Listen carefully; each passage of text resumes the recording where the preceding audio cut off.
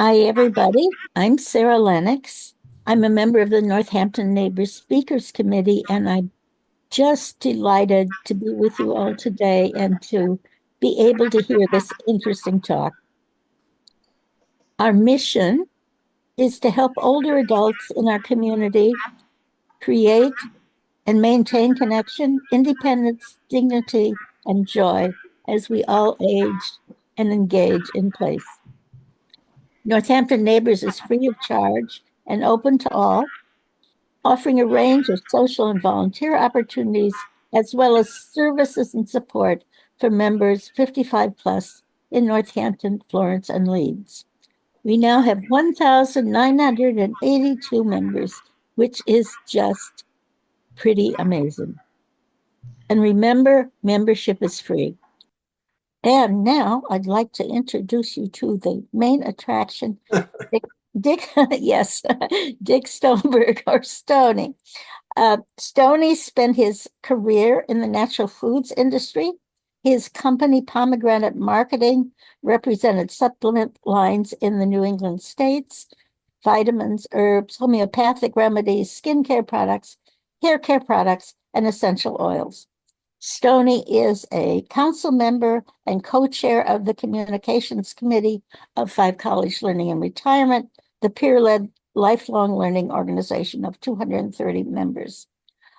His talk was also an encore presentation of a Five College Learning and Retirement seminar.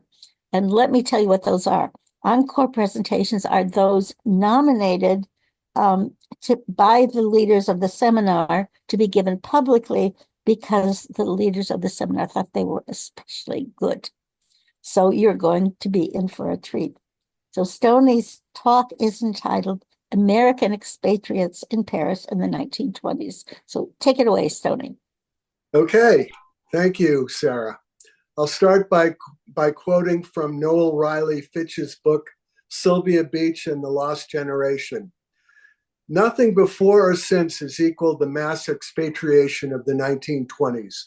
Just between 1921 and 1924, the number of Americans in Paris swelled from 6,000 to 30,000. It was as if a great draft of wind picked up these very peculiar people and dropped them off in a European lifestyle. Throughout much of the 20th century, Paris was widely viewed as the cultural capital of the Western world, and as such, it exercised a magnetic attraction for several generations of artists and intellectuals, large numbers of whom migrated there from all over the world. The number of English-speaking expatriates was especially impressive. Along with the intellectuals came the wealthy elite, the recent college graduates, the art students, and the recent war veterans aptly called the lost generation. Like thousands of tourists who flocked to Paris, these expatriates were stirred by the city's physical beauty, its sense of history, its fine restaurants and sidewalk cafes, its relatively cheap rents, and its lively and sometimes decadent nightlife. Unlike the more casual visitors, however, the expatriates came to stay, at least for a time. Some only for a few months, others for many years. For many Americans, they were self-exiles who chose to leave a homeland they considered artistically, politically, racially, or sexually limiting, or sometimes even oppressive. They were drawn to Paris by a vitality of its artistic and intellectual scene, by its apparent acceptance of innovation and experimentation, by the high respect accorded the artist by Parisians, and by the accompanying level of freedom allowed the individual in his or her search for identity and artistic voice. Indeed, for young writers like Ernest Hemingway here and F. Scott Fitzgerald, a long sojourn to France was almost a pilgrimage to the Holy Land. Hemingway said, "Many came to Paris to follow forerunners in the movement, such as Ezra Pound and Gertrude Stein, seeking entree into Stein's famous apartment salon, where they could discuss art, literature, and the ideals of America for hours on end. Stein characterized the expatriates' view of America thusly. She said, "America is my country and Paris is my hometown." This idea of having a place that you consider your home, but not your homeland, is the basis of the expatriate movement. Like many cities in Europe, Paris was devastated by the Great War. World War I reflected the dark, disturbing underside of 20th century technological advancement. It was one of the world's first highly mechanized conflicts. Some of the American artists and authors who remained in Paris after the war had served in this unprecedented clash of civilizations. The first wave of expatriation was what Gertrude Stein called the lost generation, which referred to the alienation of the young men and women who had lived through and sometimes witnessed firsthand the devastation. After World War I, many Americans became disillusioned by how their own country's people and leaders acted. Many African American soldiers, in fact, decided to settle in France, which is a much more hospitable and tolerant choice than returning to a racist Jim Crow homeland in the South, where the Ku Klux Klan was on a lynching spree in the 1920s. Militarily, World War I was characterized by a frustrating standoff, a complete lack of movement on the Western Front. F. Scott Fitzgerald described it as, "This land here cost 20 lives afoot in the summer of 2017. See that little stream? We could walk it in 2 minutes. It took the British a month to walk it, a whole empire walking very slowly, dying in front and pushing forward behind. And another empire walked very slowly backward, a few inches a day, leaving the dead like a million bloody rags." The Lost Generation writers who had some involvement in the war first began to tone and build their emotion and skill during these traumatic times. The disillusionment of the war, in terms of it being the war to end all wars, had a lot to do with the expatriation that followed. Many were fed up by their government's hype and hypocrisy. For the Lost Generation, this meant looking for a place where they could be comfortable and write about what they had experienced. This brought forth the greatest collection of war-themed books that the world had ever seen. Many writers were made famous at this time by their early works, such as Hemingway's The Sun Also Rises, a book in which he writes about the expatriate movement in Paris.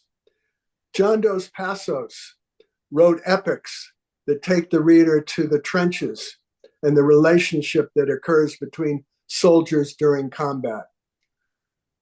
Like Hemingway, Dos Passos had driven ambulances in the Great War. His book, Mr. Wilson's War, was about the abortive crusade to make the world safe for democracy. The expatriates of the 20s formed a community on the left bank of the Seine in the Montparnasse district, the hub of the city's artistic scene. Its bars and cafes resounding to the pulse of hot jazz music and intellectual debate. Paris did not suffer from the same puritanical restrictions as the United States. There was a freedom of existence and an exhilaration of thought unlike anywhere else in the world. Gertrude Stein said, "It's not so much what France gives you, it's what it doesn't take away." These expatriate writers and artists never abandoned their examination of American history, culture, and societal structures. During this period, some believed that looking at America from a distance of a foreign city was the only way for an American to accurately see and understand his or her native country. As the publication of James Joyce's Ulysses suggested in 1922, the Parisian cultural scene was more permissive of literature, which confronted established mores and codes of behavior. Culturally, as well as morally, Paris in the 1920s remained one of the most exciting and sophisticated cities in the world.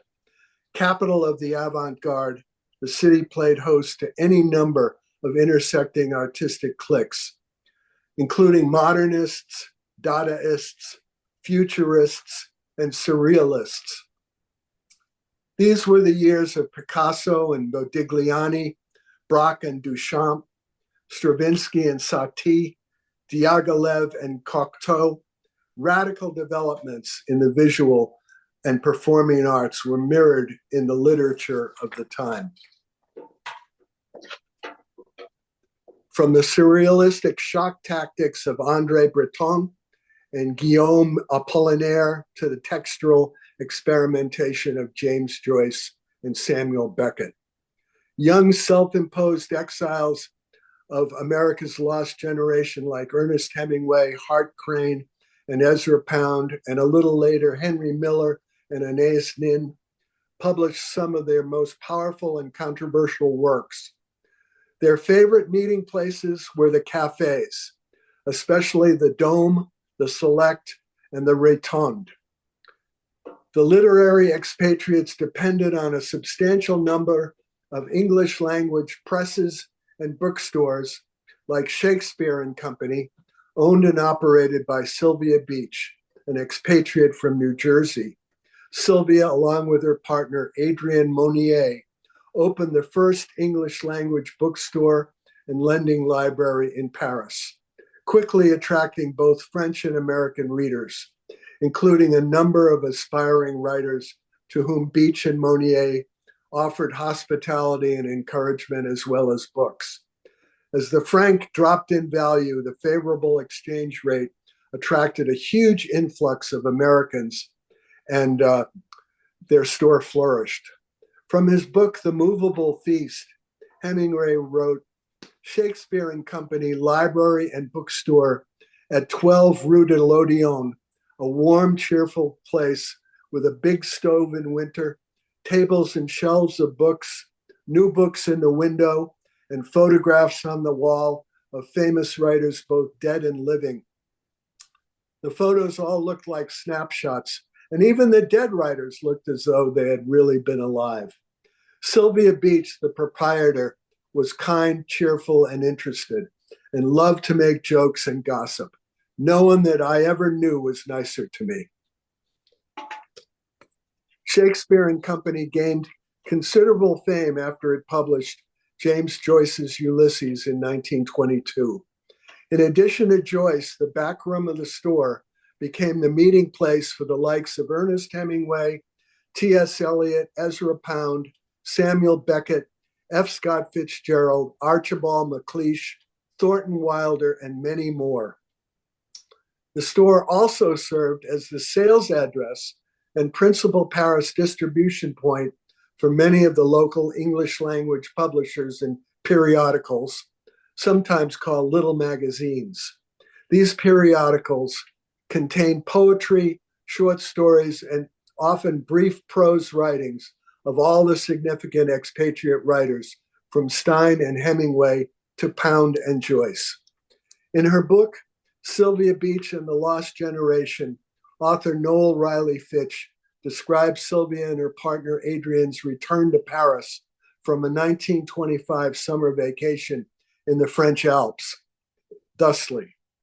They returned to a new theater and symphony season in Paris, which would be highlighted by American rhythms, the rhythms of American jazz, and the folk singing of Paul Robeson, the Chaplin shuffle of his acclaimed film, The Gold Rush, the exotic dance movements of Josephine Baker, and the cacophony of Trenton, New Jersey's George Antheil's Ballet Mécanique. Antheil's infamous concert was the loudest, if not culminating event in the Festival of American Sounds. The Ballet Mécanique was not a show of human dancers, but of mechanical instruments, utilizing 5-player pianos, airplane propellers, and electric bells standing prominently on stage, moving as machines do, and providing the visual side of the ballet. The work enraged some of the concert goers, whose objections were drowned out by the cacophonous music. And the concert ended actually with a riot in the streets. The great composer Aaron Copland studied with Nadia Boulanger in Paris in the 20s.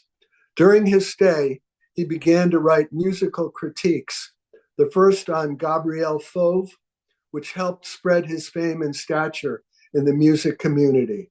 Instead of wallowing in self-pity like many expatriates, Copland returned to America optimistic and enthusiastic about the future.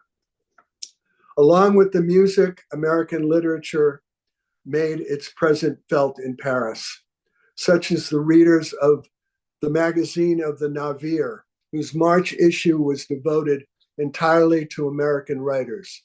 Then in April came the opening of Shakespeare and Company's retrospective Walt Whitman exhibition.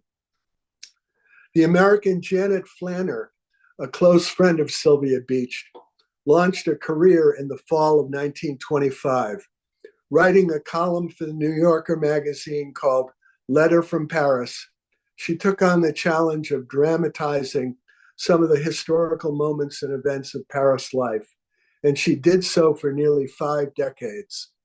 One of the first events that Flanner reported for the New Yorker was the appearance of La Revue Negre in the Théâtre des Champs-Élysées. Josephine Baker, a 19-year-old girl from St. Louis, was the headliner. Flanner praised the comic and sensuous enticements of this Queen of Sheba and her Black partner, Louis Douglas, who lavished choreographic wonders. Flanner stated, "She made her entree entirely nude, except for a pink flamingo between her limbs. She was being carried upside down and doing the split on the shoulder of a black giant. Mid-stage, he paused, and with his long fingers holding his basket wise around the waist, swung her in a slow cartwheel to the stage floor, where she stood like his magnificent discarded burden. In an instant of complete silence, she was an unforgettable female ebony statue. A scream of salutation spread through the theater. Paris adored its new American star, Josephine Baker, and La Revue Negre, which had brought the Charleston there. American jazz finally swept all the clubs and dance halls. The American Negro was in vogue. Baker was often accompanied on stage by her pet cheetah, Chiquita, who was adorned with a diamond collar. Chiquita frequently escaped into the orchestra pit, where she terrorized the musicians, adding another element of excitement to the show. Within a short while, Josephine was the most successful American entertainer working in France. Hemingway called her the most sensational woman anyone ever saw. She became a muse for contemporary authors, painters, designers, and sculptors, including Langston Hughes, Ernest Hemingway, F. Scott Fitzgerald, Pablo Picasso, and Christian Dior. African American musicians, artists, and the Harlem Renaissance writers found 1920s Paris ready to embrace them with open arms.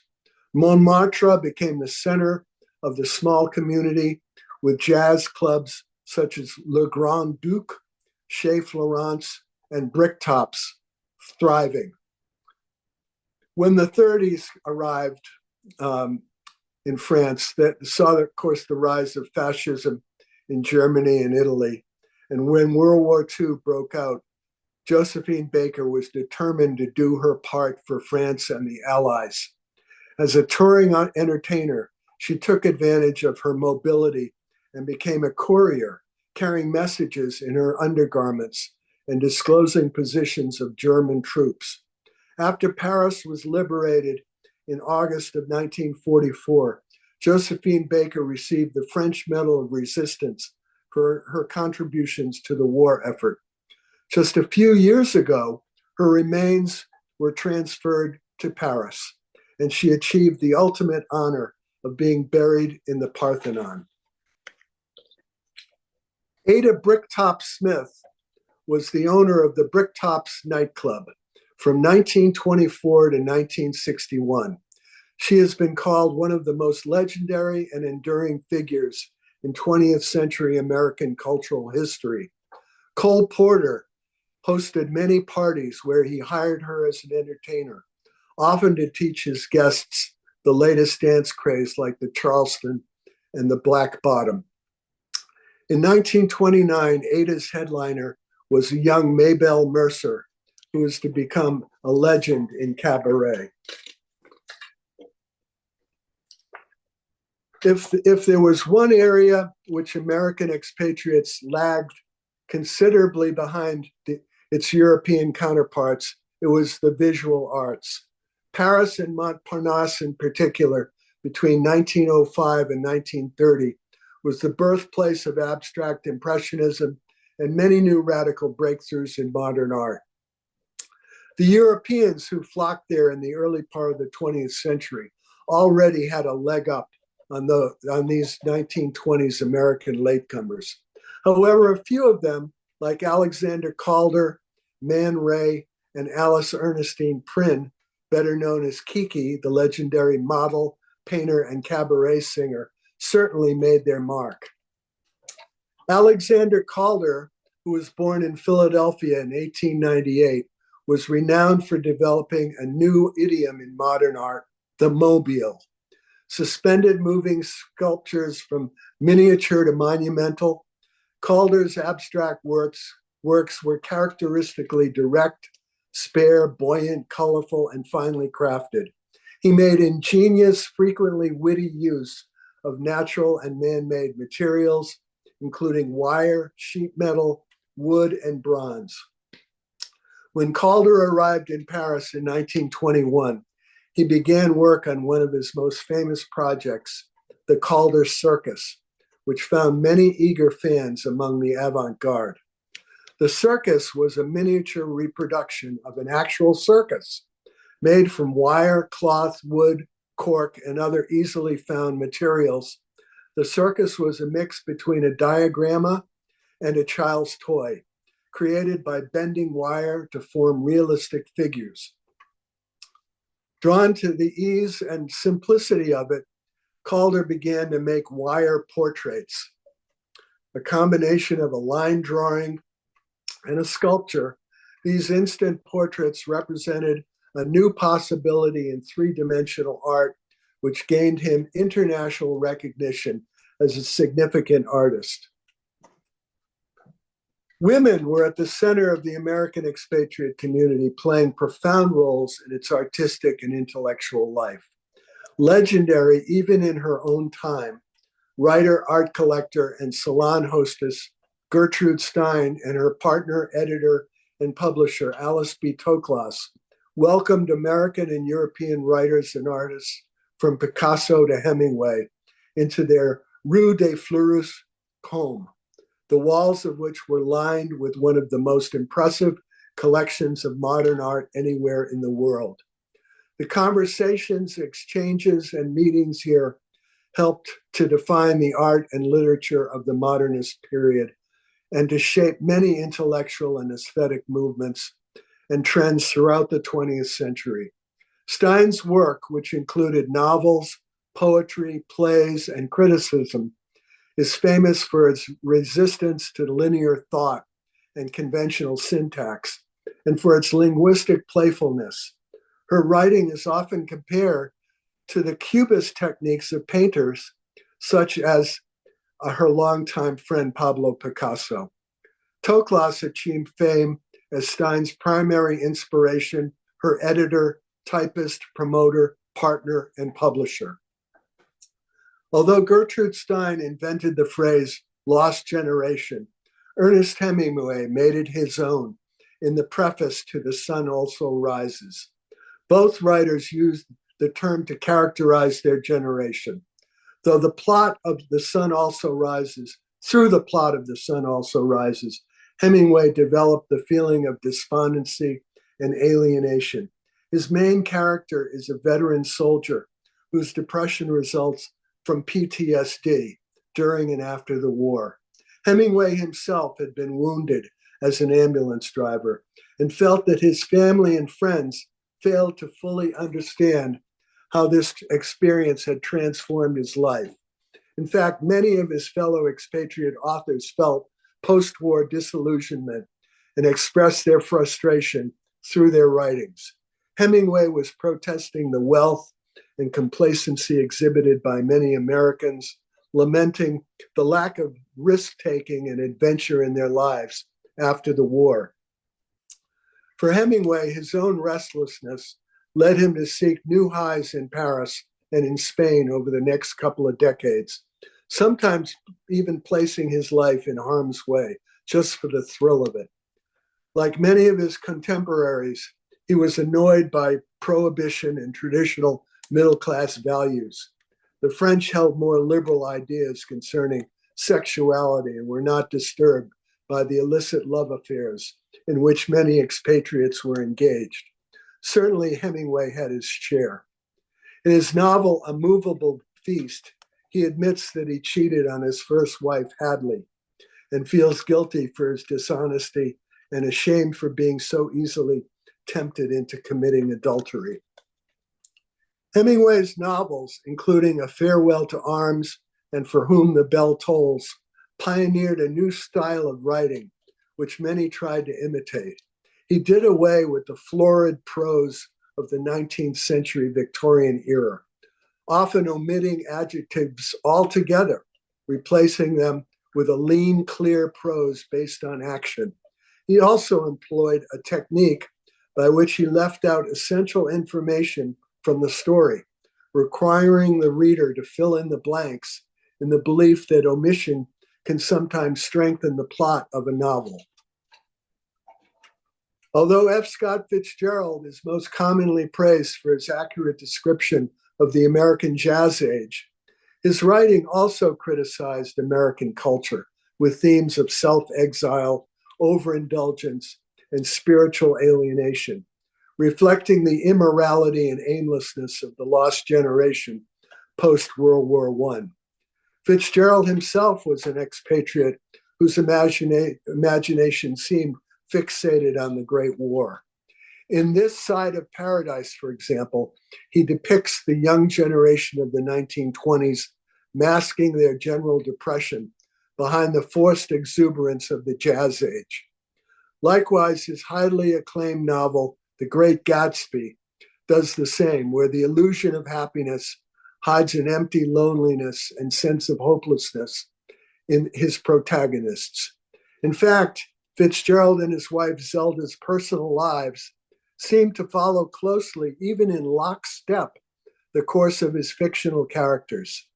By the way, The Great Gatsby has been remade into a hit Broadway musical while retaining its dark nature. Fitzgerald and Zelda were moving constantly back and forth between New York and Paris in the 20s and 30s. Like many American men of the lost generation, he also became an alcoholic. Yet he did not seem to be ashamed by his affiliation with his fellow American expatriates. He once said, "The American in Paris is the best American." Unfortunately, Zelda periodically checked in and out of mental institutions for the rest of her life. Fitzgerald, still remaining in love with her, struggled financially in order to give her the best medical care.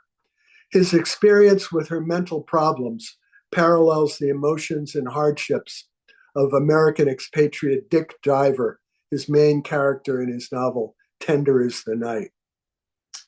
Increasingly prone to drunken behavior himself, Fitzgerald was often frustrated with his inability to write. Unlike James Joyce, who could often write coherently even when soused, Sarah Mansfield points out that both he and Zelda were fast drifting into the emotional slum in which all too many expatriates ended up abroad, working too little, drinking too much, and roaming aimlessly about Europe in search of some romantic paradise, lost in the first flush of their youth. After some of his novels and Hollywood movie scripts were rejected and in terrible debt, Fitzgerald was never able to complete his final novel, The Love of the Last Tycoon. At the age of 44, he died of a heart attack in the apartment of Hollywood columnist Sheila Graham, with whom he was having an affair. Another key figure in the American literary scene in Paris in the 20s was Ezra Pound. In fact, the presence of Pound helped to draw many younger writers to Paris. Although rather poor himself, he somehow was able to lend out money or solicit from those who had it to aspiring writers. Pound was at the center of literary activity, constantly promoting publication, discussing talent, founding new magazines, reading and criticizing poetry. He blue penciled out a third of T.S. Eliot's The Waste Land, cajoling editors into publishing Joyce, Eliot, Wyndham, Sinclair Lewis, and many others. He was as stubborn and inflexible in his disdain for popular literature as he was in his loyalty to the writers and magazines he admired. This lanky, red-headed, and red-bearded Idaho native soon became one of the most colorful figures on the left bank, teaming up with Sylvia Beach to further the publication and distribution of quality modern literature. Beach describes him thusly: there was a touch of Whistler in him. His language was Huckleberry Finn's. He spoke with a nasal drawl in elliptical sentences, peppering his speech with slang and dialects. He managed to cultivate and project a distinct literary persona without taking himself too seriously. His best-known works include Ripostes, Hugh Selwyn Moberly, and the 120-section epic, The Cantos, or the Paysan Cantos, which Ernest Hemingway wrote, "The best of Pound's writing is in the cantos and will last as long as there is any literature." Unfortunately, Pound, who moved to Italy, became a big supporter of Mussolini and then Hitler in the 1930s and 40s. During World War II, he recorded hundreds of paid radio propaganda broadcasts for the fascist Italian government, praising both eugenics and the Holocaust against the Jews in Italy. In 1945, Pound was captured by the Italian resistance and handed over to the US Army Counterintelligence Corps. He was prosecuted for treason, but ruled mentally unfit to stand trial. Then he was incarcerated for over 12 years at a psychiatric hospital in Washington, D.C. Finally released in 1958, Pound returned to Italy, where he lived until his death in 1972. His economic and political views have ensured that his life and literary legacy will remain highly controversial. As could well be understood and expected, a lot of the creative output and activity of 1920s Paris tapered off dramatically after the stock market crash of 1929, as the ensuing economic depression forced many expatriates to return home. The onset of a new European war in 1939 brought their presence to an abrupt halt. However, that first wave of American expatriate authors, musicians, and artists that were drawn to Paris in the 1920s was truly unique and unparalleled in terms of artistic creativity and as a major historical influence for both America and Europe. It truly was a glorious golden era that will continue to reverberate throughout the ages to come. On the face of it, The Lost Generations seems an odd collective description for a group of writers and artists who are among the brightest of American literary talent yet to emerge on the international stage. Kevin Rayburn describes it well, saying, "Just being another decade on the timeline was not good enough for the 1920s. When its brief turn came, it had to be the biggest, the loudest, and the brightest. A calamity gave it birth, and a calamity ended it. It was a decade of giants like none before or since." Last week, I watched one of Woody Allen's best movies, Midnight in Paris. If you haven't seen it yet, you should. Most of the key characters and artists described in this presentation are in the movie. Owen Wilson, named Gil Pender, plays this blocked Hollywood writer. By the way, this movie is streaming on Amazon Prime for $4. So Owen Wilson plays this blocked Hollywood writer who magically gets transported 90 years back in time to the Paris of the 1920s, where he meets up with Hemingway, played by Corey Stoll, Fitzgerald, played by Tom Hiddleston, and Zelda, played by Alison Pill. Gertrude Stein, played by Kathy Bates, and Salvador Dali, played by Adrian Brody, as well as a brief encounter with Josephine Baker and Picasso. There's a party scene at Bricktop's nightclub with Cole Porter at the piano and dancers doing the Charleston. And there are also open houses at Gertrude Stein's apartment salon. Woody Allen succeeds brilliantly to not only transport his protagonist, Gil Pender, but also us, his viewers, back to the glorious golden era. Okay, let's have a discussion.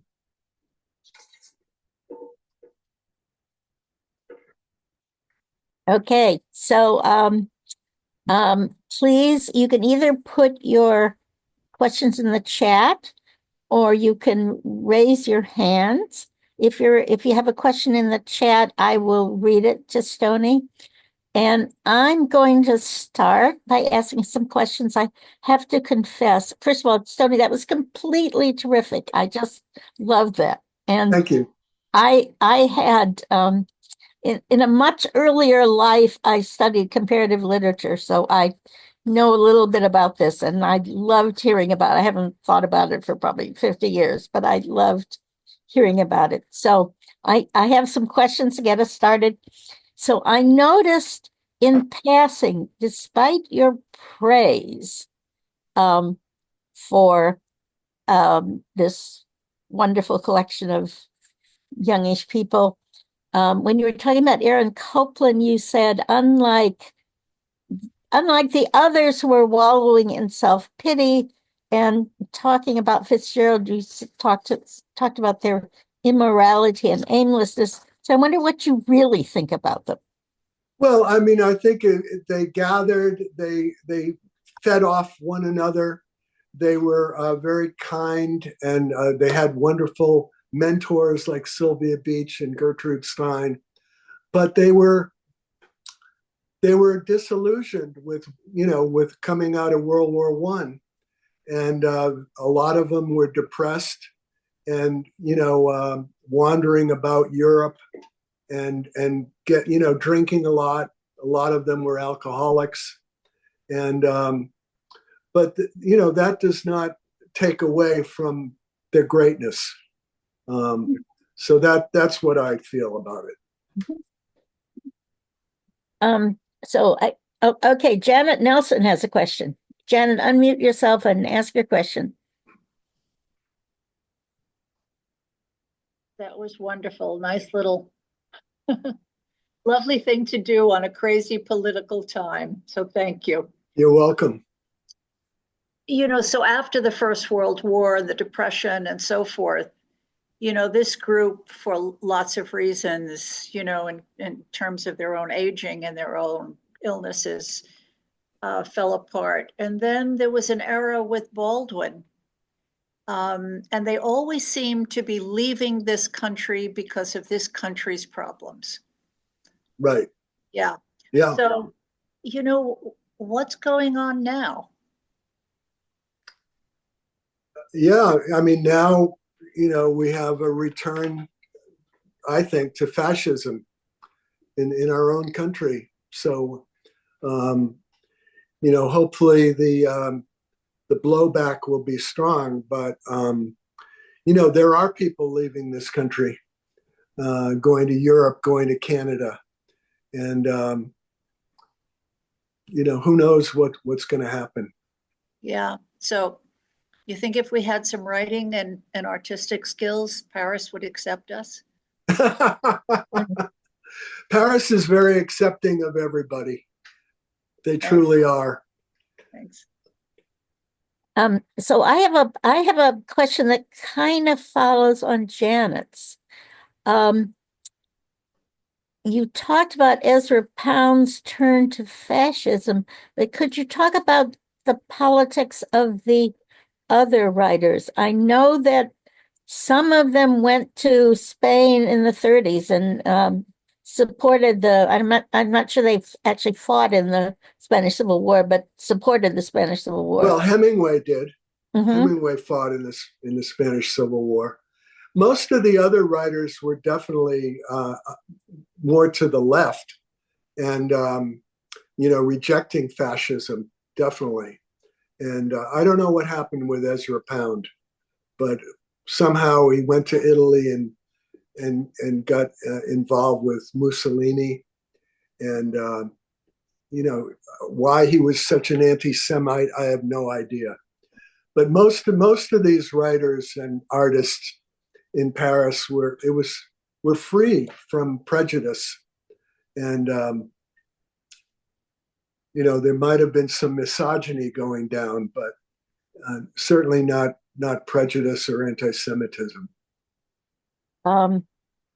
So I have a little bit of a recollection that there's some anti-Semitism in The Sun Also Rises, but I will go back and look at that. But I love your bringing up the question of misogyny, because I wanted to ask you to talk more about gender and sexuality, which is so several of the most important women were lesbians.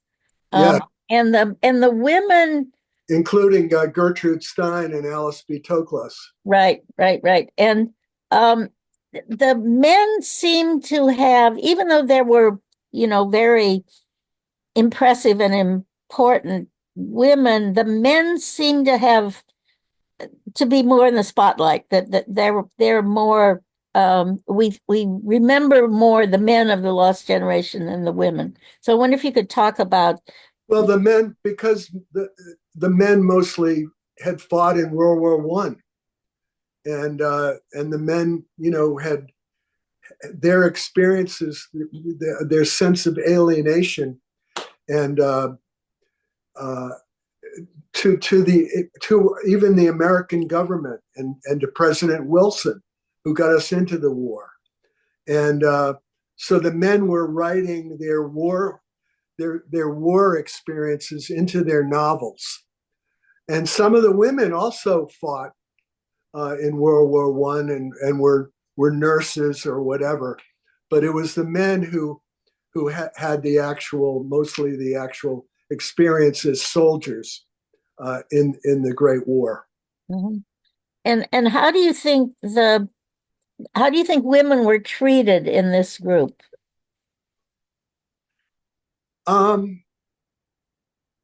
Well, I mean, Hemingway certainly didn't treat his first wife very well.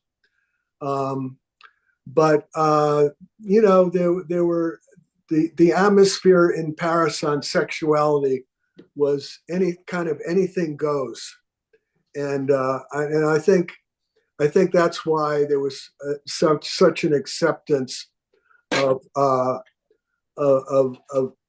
women who were lesbians at the time. Mm-hmm. Mm-hmm. I'm encouraging you other folks to ask questions besides me. Okay, I have one more question. What was the source of their money before 1929? How were they able to afford to be in Paris? Well, one of the key things that, as I mentioned, was the cheap rents in Paris, and the franc went way down in value as well after World War I. So people could afford to live there, and people like Ezra Pound did not have very much money. Hemingway started having a lot of money because of his first novel became such a hit, and they had a lot of them had a rough time. Some of them were already had a lot of money, like T.S. Eliot, who was from St. Louis, who mostly lived in London during the 20s, but would come over to Paris as well. So some of them already had money or trust funds, and but again, money does not bring happiness, as F. Scott Fitzgerald taught us over and over again, especially in The Great Gatsby. Gatsby was really rich, but very, very unhappy and despondent most of his time. I'd like to go to Broadway and see the new play, right. The new musical. I do remember a line by Hemingway, though, where he says, the rich are different than, I think Fitzgerald said, the rich are different than you and me. And Hemingway said, yes, they have more money. So here is a question. Yes, Stephen. I don't see Stephen in the little boxes. There you are, Stephen. Okay, great. Please answer. Hi. Great presentation. I have a question about Ezra Pound because I recall seeing the movie Savage Messiah, and as I understand, that was taken by a book of the same name written by Pound. It describes the sculptor Gaudier Breshka in a very fascinating light, including his demise in I believe in World War I. Mm-hmm. And I'm not aware of that book, but it just caught me off guard that he was so into fascism because his writings of Gaudier Breshka would signify otherwise. Right. Yeah, I don't know what happened. I'll have to read more about Pound's life, maybe to find. I know that he suffered, like Zelda Fitzgerald, he suffered from mental illness, and but thank you for the name of that book once more was what? Savage Messiah, and it's a Ken Russell film. Oh, okay. By the way, he's a good director. It's one of it's Helen Mirren is in it, and she's like 20 years old in that movie, so it's a pretty old movie. Wow. Yeah, she has a cameo. Well, it's not a cameo; she just has a small part. But it's an incredible story of the sculptor Henri Gaudier and his relationship with a Polish woman, I believe, is staying in Paris, Sophie Breshka, and he took her name, and then he went off to war and died in the war. I believe it was World War I. Okay, thank you for telling me about it. I will definitely look it up. Okay, thank you. Here's another question. Did Americans disavow their citizenship and be true expats, or it sounds like more an extended opportunity? This is from Martin Bolt. Yeah, I don't think they disavowed their citizenship because when the Great Depression hit, they went home. They went home. They had to get home. It's better there.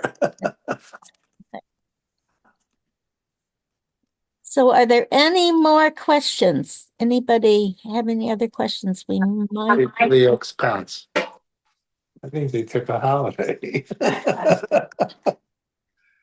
Can I, if there are no more questions, can I talk a little bit about learning and retirement? What's that? Can I talk about learning and retirement? You can, but I'm not going to listen. No, go ahead. I don't think am I not muted anymore, right? You're not muted, but let's talk some more then, Stoney. No, we can't see you, Marty, because your camera's turned off. My camera's turned off, right. So Stoney, it is a little different when they leave to have this time, and then they they go back home. I mean, because the French must not have said, the French must have thought, gee, you guys had a great time with us and now it's rough here now and it's better. Are you going to just go home? It's quite an approach. Quite an approach, right? Yeah. And then World War II started. Yeah, how about it? You know, and so I don't think that those writers had to fight again, but No. you know, No, they were collecting their royalties. A whole new generation of Americans had to go to Europe to fight. But they didn't arrive until D-Day, did they?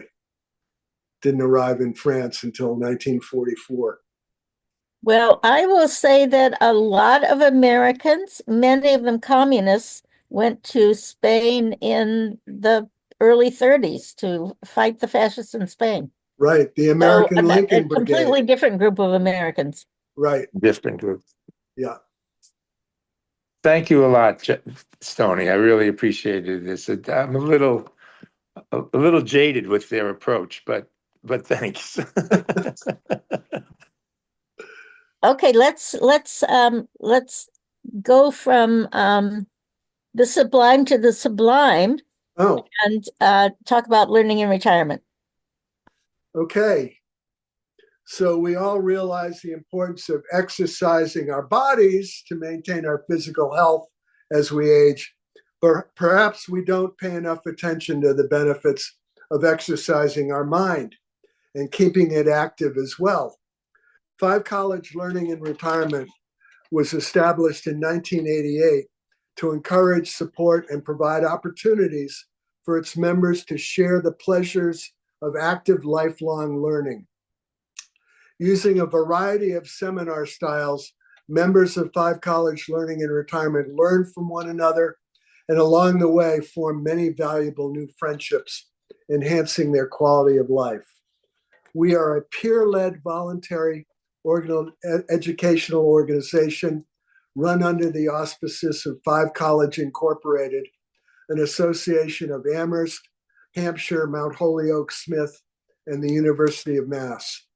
At its core, LIR offers seminars conducted by a member moderator. Each seminar has between 10 and 20 participants, and the subjects are literature, history, current events, music, art, travel, food, scientific breakthroughs, and many other subjects.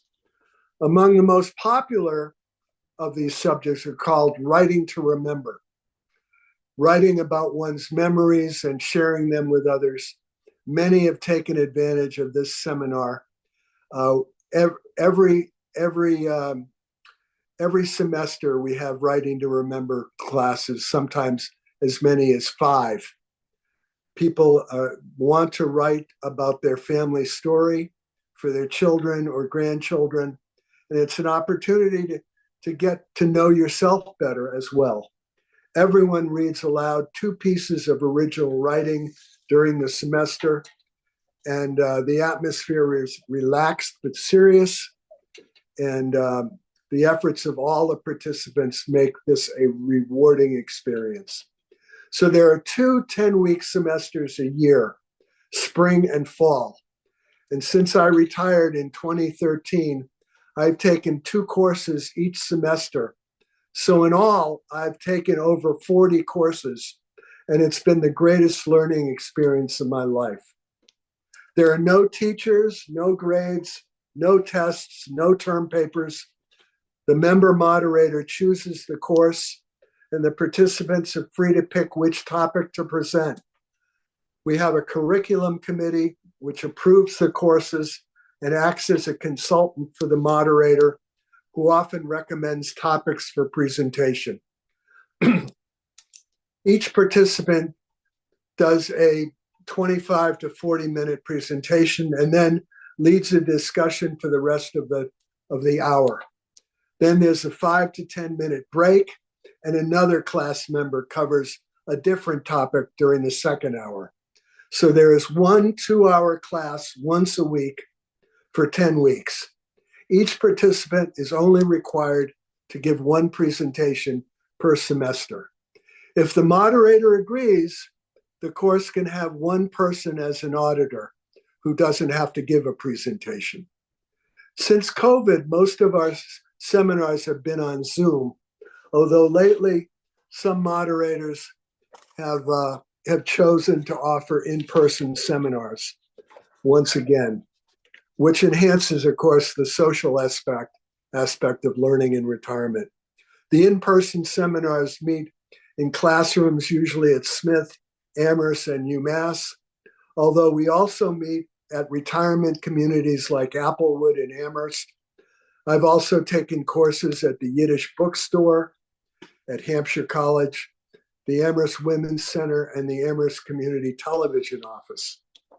We now offer hybrid seminars in which our members can choose whether to Zoom or to come in person to our main office in North Hatfield, right off of Route 91, just north of Northampton.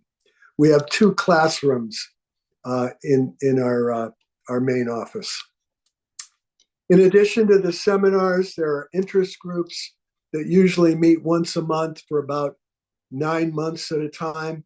There's a reading roundtable group, a classic film club, a reading the classics, a family history group, which meets to talk about one's heritage, ancestry, DNA, and to tell stories. There's a monthly discussion group called Viewpoints of current domestic and international events and issues. Other ways to participate in learning in retirement, there are committees like the Communications Committee, which I'm a co-chair, which promotes awareness of 5 college learning in retirement and offers public programs, and we recruit new members, as I'm doing right now.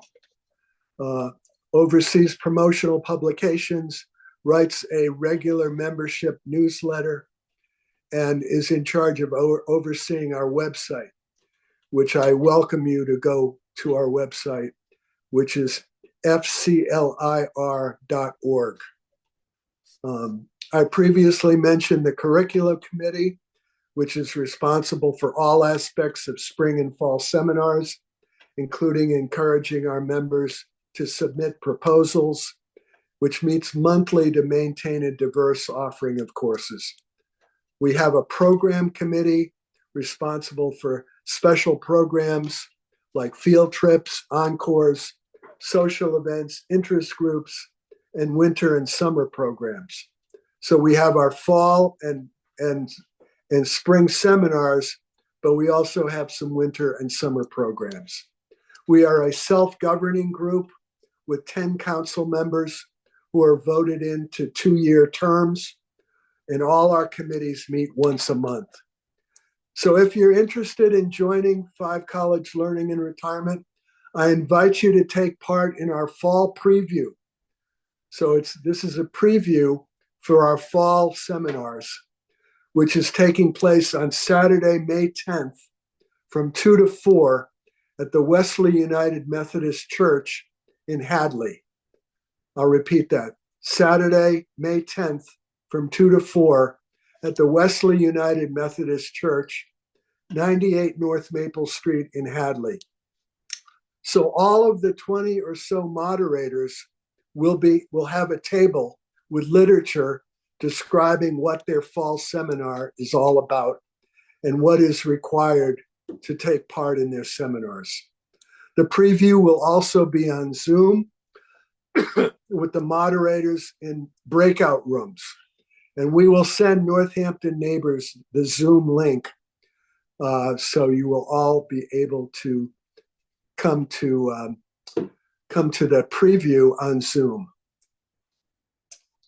Our annual dues is $250 for renewal, $200 for first-time membership. We do offer membership assistance for individuals experiencing financial hardship. And to register, go to fclir.org/membership, fill out the form online, and click submit. So basically, I would love to see some of you at that preview in Hadley. at the Wesley United Methodist Church. And, the 5 colleges learning in retirement in these divisive and chaotic and kind of perilous times in this country right now. So for me, learning in retirement provides a calming and a supportive and welcoming atmosphere, which is also grounding for me.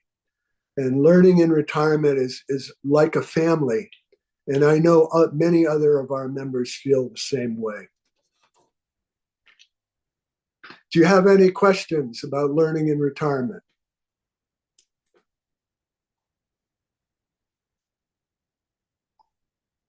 There is a comment from Marty Wall, and he says, "Thank you, Stony. I'm only kidding. I'm listening," and a smiley face. You rock. Okay, Marty. Marty and I are in the Northampton Men's Book Club, which meets monthly at different members' homes. And he was my dentist. A great dentist. Okay. Okay, well, if there aren't any questions, let's we found that it doesn't work very well to clap on Zoom, but let us thank those of you who still have your cameras on. Let us thank Stony for this really great and interesting and informative talk. Thank you so very much, Stony. And thanks to Northampton Neighbors for inviting me. Okay. Thank you all for coming. Thank you. Okay. Bye-bye. Bye-bye.